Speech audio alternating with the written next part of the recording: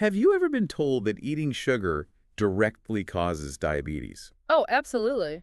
It's one of those health things that seems to be, well, everywhere, isn't it? Yeah, like a universally accepted truth. It's got deep roots, that belief. And you can kind of see why, right? The link between, sugary stuff and diabetes feels pretty obvious. It does, on the surface anyway.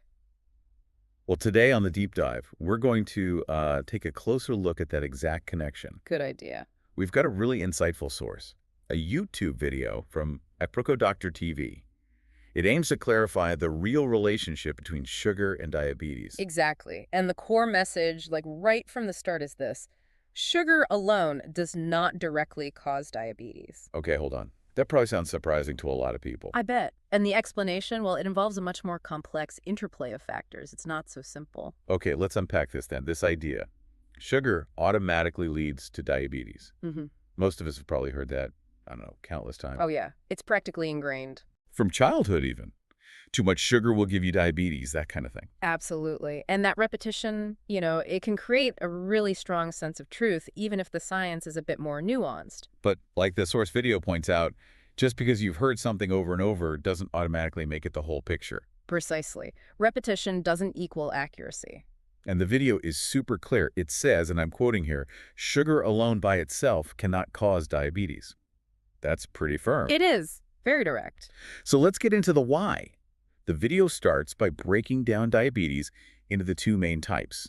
Type 1 first. Yes, type 1. The video characterizes it as an autoimmune disease. That's really the fundamental point here. Autoimmune, meaning the body attacks itself. Exactly. The immune system mistakenly attacks healthy cells. And in type 1 diabetes, the target is the pancreas. Ah, the pancreas. Yeah. Which is, of course, the organ that makes insulin. Precisely. And insulin is this crucial hormone, right? It manages our blood sugar. How does it do that again? Well, when we eat, our blood sugar goes up. The pancreas releases insulin, and that insulin basically helps the sugar move from our blood into our cells for energy. Or for storage. So it lowers blood sugar. Right. So in type 1, if the immune system is attacking the pancreas, Then the pancreas can't make enough insulin, or maybe none at all. exactly, its ability is lost or severely impaired. And the source video makes it crystal clear. Type 1 diabetes has nothing to do with how much sugar the person is taking. Nothing to do with it. Nope. It can show up early in life, even in kids. Fundamentally, it's an immune system issue, not a sugar issue. That's a really, really important distinction. Okay, so now let's move to the more common type 2 diabetes. The video says this one is not as easy as it sounds. Yeah, it hints at the complexity. Type 2 is multifactorial. That's the key word. Multifactorial, meaning? Meaning lots of things contribute. The source mentions several key ones. Your genetics, so family history matters. Okay. Your body weight, obviously. Your activity levels, both being active and being sedentary, interestingly. Right, lack of movement. And of course, your diet, your overall dietary habits. So it's not just one thing, but a mix of these factors that increases the risk. Can we dig a bit deeper into how they interact? Sure. So, like with any food, blood sugar rises after eating. The pancreas releases insulin to push that sugar into cells. That part's the same. But the main issue often in type 2 is something called insulin resistance. Insulin resistance, yeah, you hear that term a lot. What does it actually mean here? It means that over time, the body cells just don't respond as well to insulin signal. They sort of ignore it. Kind of. So the pancreas might be making insulin, maybe even lots of it initially, but the cells aren't taking up the sugar efficiently. Which leaves too much sugar in the blood. Exactly. Leading to high blood sugar levels, and eventually that can become type 2 diabetes. And again, the video really stresses that sugar alone is not the direct cause of this resistance. It's fascinating how it's all connected, isn't it? Like overworking the insulin system can make the cells less responsive. Precisely. It's an interconnected system. Okay, so sugar isn't the sole villain. The video then talks about glucose. We hear that word a lot with blood sugar too. Yes, glucose. It's a simple sugar, and it's basically the body's main fuel source. The main one? Yeah, and what's interesting is the video points out that our bodies convert all the food we eat, fats, proteins, carbs, into glucose before using it for energy. Wow, okay, so even if you eat something savory, not sweet, your body's still making glucose from it. Exactly right. As the video puts it, it's not that sugar is the problem. The body actually needs glucose to function. It's essential fuel. like gasoline for a car, as the video mentions. Yeah, it's a good analogy. The issue is when the system gets unbalanced. Right. And this leads to another analogy. The video uses the gun with bullets, one for risk factors. Can you explain that? Yeah, it's quite a helpful way to think about it. It visualizes how all these different factors add up to increase the chance of developing type 2. So each risk factor, like family history, being overweight, eating too many calories overall, not exercising enough, each one is like a bullet in this metaphorical gun. But having bullets loaded doesn't mean the gun will fire, necessarily. Exactly. Having those risk factors just increases your probability, your chances, compared to someone without them. So it's not a guarantee. No. And the video emphasizes it's the interplay of all these factors that ultimately leads to diabetes developing. Usually, no single bullet, including just sugar intake by itself, is the sole trigger. That makes a lot of sense. It's the accumulation of risk. Okay, the discussion then moves to diet quality, which seems pretty central here. Oh, absolutely central. The video points out that people who drink a lot of sugary beverages and eat lots of processed foods often tend to gain weight. And being overweight is a big risk factor for type 2. A very significant one. And this is a really crucial point, the video makes any food source that leads to gaining excess weight contributes to this risk, not just sugar. Ah, okay. So it's the excess calories, no matter where they come from, that's the problem for weight gain and diabetes risk. Precisely. It's about energy balance. The video contrasts someone, they playfully call them Emeka, who eats balanced meals, exercises, maintains a healthy weight with someone who doesn't. Even if that healthy person, the Mecca, has occasional treats, like chocolate or sweets, their overall lifestyle keeps their risk low. So the occasional treat isn't the issue. Not in that context. The core problem identified is excess calories and processed foods. They're just a really easy way to consume a lot of calories without feeling particularly full. Less satisfying sometimes. Now, the video uses a fantastic comparison. An apple versus a soda. Both have sugar, but the body handles them differently. Totally different. Yes, both have sugar. But the apple comes with natural fiber, vitamins, micronutrients, the whole package. And the fiber is key, right? Absolutely key. It slows down digestion.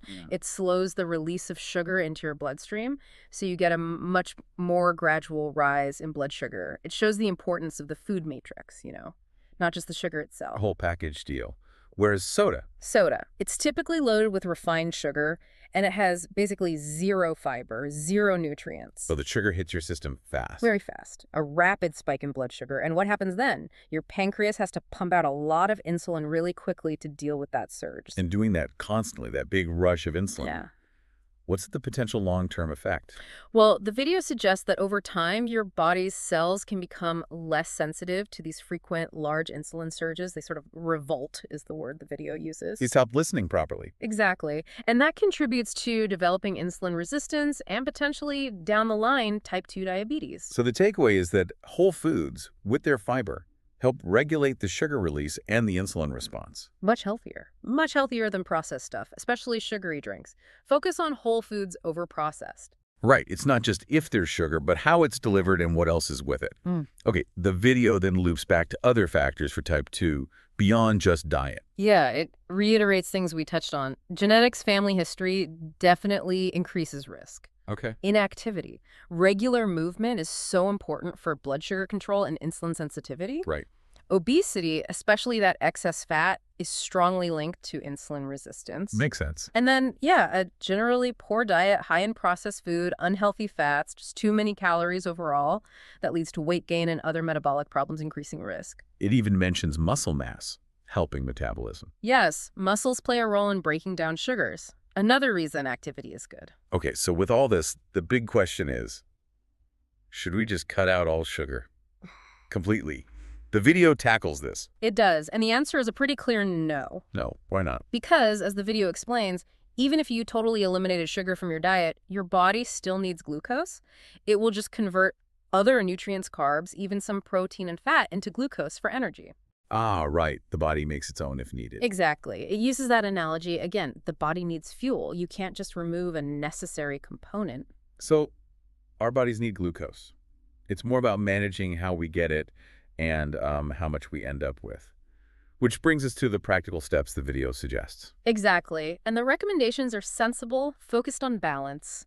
Choose natural sugars, primarily from whole foods like fruits. Okay. Cut way back on processed foods, and especially sugary drinks. Those are big ones. Got it. Stay physically active, get moving regularly, Crucial. and try to maintain a healthy weight. These are really the cornerstones for managing diabetes risk. Simple advice, but powerful when put together. And the video finishes with one last debunking of that initial myth, right? Yes, it circles back to the main point. Yeah. Diabetes is a very complex disease, and sugar alone does not cause diabetes. It's just one small piece of a much bigger puzzle. One piece of the puzzle. Exactly. And it encourages listeners, stop fearing sugar in isolation. Right. Recognize that the real enemy is misinformation when it comes to health. That's a strong closing thought. So the key takeaway from this deep dive into the Aproko Doctor TV video is really that the sugar diabetes link is way more nuanced than just cause and effect. Precisely. Does eating tons of sugary food and drinks contribute to weight gain and increased risk as part of an unhealthy lifestyle? Yes, absolutely. And it's not the only factor. Not by a long shot, it's the bigger picture. Your overall diet quality, how active you are, your genetics, your weight. That's what really determines the risk. It really does show the danger of oversimplifying these complex health issues, doesn't it? It certainly does. So for you listening, maybe consider this. How often do we run into health advice that sounds simple, but might be missing the full context? Perhaps this discussion makes you want to think a bit more critically about other health beliefs you've kind of accepted without digging deeper. Yeah, what other health facts out there might deserve a closer look? It's a good question to ask.